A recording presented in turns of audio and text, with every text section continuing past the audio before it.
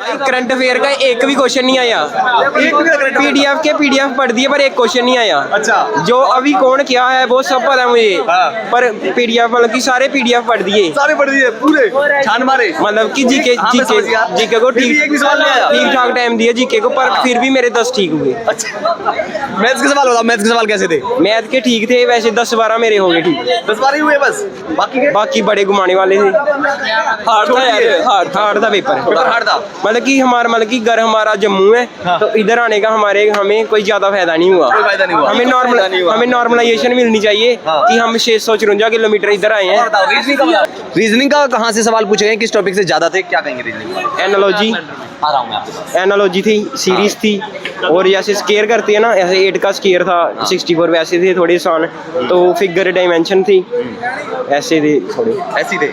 अच्छा, हिंदी इंग्लिश थी भी थे ना? हाँ। हिंदी के बारे में क्या कहोगे? हिंदी वैसे इजी थी बड़ी, विलोम शब्द प्राइवेट कुछ नहीं पूछा। कुछ भी नहीं ऐसे था। फिर क्या पूछा हिंदी में? हिंदी में वैसे मतलब कि गंदयांश वगैरह होते हैं जो 5 वो पूछे थे। वो पूछे थे। और जैसे ग्रामर नहीं थी हिंदी में? बिल्कुल नहीं। इंग्लिश की बात करें तो इंग्लिश में कॉम्प्रिहेंशन होगा। हाँ, इंग्लिश में कॉम्प्रिहेंशन था। कितने सवाल थे कॉम्प्रिहेंशन में? मैंने हिंदी अटेम्प्ट किया है, इंग्लिश में नहीं किया। अच्छा, इंग्लिश में नहीं दिया, ठीक है। और मुझे थोड़ा बताइए, हिस्ट्री, पॉलिटिक्स, ज्योग्राफी वगैरह कहाँ से पूछे गए सवाल, किस टॉपिक से ज्यादा थे? 5 ईयर प्लान का जो मतलब कि योजना आयोग का। हाँ, पहला उसका क्या था ऑब्जेक्टिव, वो पूछा था, हैरोडेमर मॉडल था। अच्छा। तो वो मेरा ठीक है। और तो बाकी 2011 सेंसस थे तो बिल्कुल क्वेश्चन नहीं आया। एक भी सवाल नहीं था, ठीक है। हिस्ट्री में बाकी हिस्ट्री मतलब कि कुछ भी नहीं। कुछ भी नहीं था हिस्ट्री का, एक भी सवाल नहीं था। 1-2 थे। 1-2 थे। पॉलिटी में अमेंडमेंट से नहीं पूछा, आर्टिकल से कोई क्वेश्चन नहीं पूछा। हाँ। जबकि हमें सभी आर्टिकल आते थे, अमेंडमेंट भी सभी पढ़ी थी। अच्छा, फिर भी एक भी सवाल नहीं। तो सवाल बने कहाँ से, फिर क्या पूछा है इन्होंने?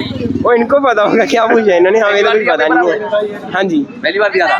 तो क्या लगा, हो जाओगे क्लियर? हो जाएगा, लग तो रहा है अब। लग रहा है। हाँ। बस यही कॉन्फिडेंस चाहिए, है ना? ज्योग्राफी वगैरह सवाल, ज्योग्राफी वगैरह के नहीं। ओके, आप भी देखे भैया? हाँ जी। जी बताओ कैसा था पेपर? बहुत बढ़िया पेपर गया जी। बहुत बढ़िया गया। 80 में से 70 प्लस करके आया हूँ जी। 70 प्लस कर दिया, हाँ बाकी जी। के छोड़ दिए ना? बाकी के तुक्के मार के करे आए जी। करिए, नेगेटिव मार्किंग तो थी शायद। नेगेटिव हो जाओगे जी, तुक्के मार के करे आए। अच्छा, हाँ जी। ठीक है, थोड़ा सा बताओ तो पेपर के बारे में, सवालों के बारे में बताइए। अगर मैं रीजनिंग की बात करूँ तो रीजनिंग के सवाल किस टॉपिक से ज्यादा थे, कहाँ से पूछे गए हैं? एनालॉजी थी जी, फिगर काउंटिंग थी। हाँ। और ये सीरीज के थे 1-2 क्वेश्चन। और हाँ, बताओ। एक क्वेश्चन ब्लड रिलेशन का था। एक ब्लड एक ब्लड रिलेशन का भी था। और बस थोड़े इतने याद है जी। इतने याद है। हाँ जी। मैथ्स के सवाल? मैथ्स के मतलब मैथ्स के थोड़े मीडियम लेवल के थे, हार्ड भी थे और इजी भी थे। शुरू में तो हार्ड थे।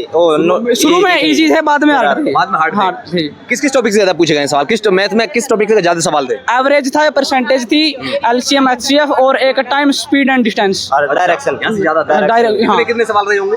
तो 2-3 एक 2 तो हर टॉपिक से थे लगभग। एक 2 हर टॉपिक से। हाँ थे। अच्छा, और हिस्ट्री, पॉलिटी वगैरह? हिस्ट्री, पॉलिटी में सेंसस, जनगणना और अमेंडमेंट का था 1-2 क्वेश्चन। और ये क्या बोलते हैं, जनगणना हो गई, अमेंडमेंट हो गया, और ये अनुच्छेद वगैरह से थे 1-2 अनुच्छेद। करंट अफेयर पूछा गया? करंट अफेयर 2024-25 की। 2024-25 का था। हाँ जी। इस साल का नहीं था? 25 साल का नहीं था? एक भी सवाल? एक भी नहीं था जी। मेरे में तो था नहीं, और में होता पता नहीं। हाँ जी, कौन था मेरा में? वो नहीं था। इंग्लिश नहीं थी, मैंने हिंदी को प्रेफर किया था। देखो हाँ जी।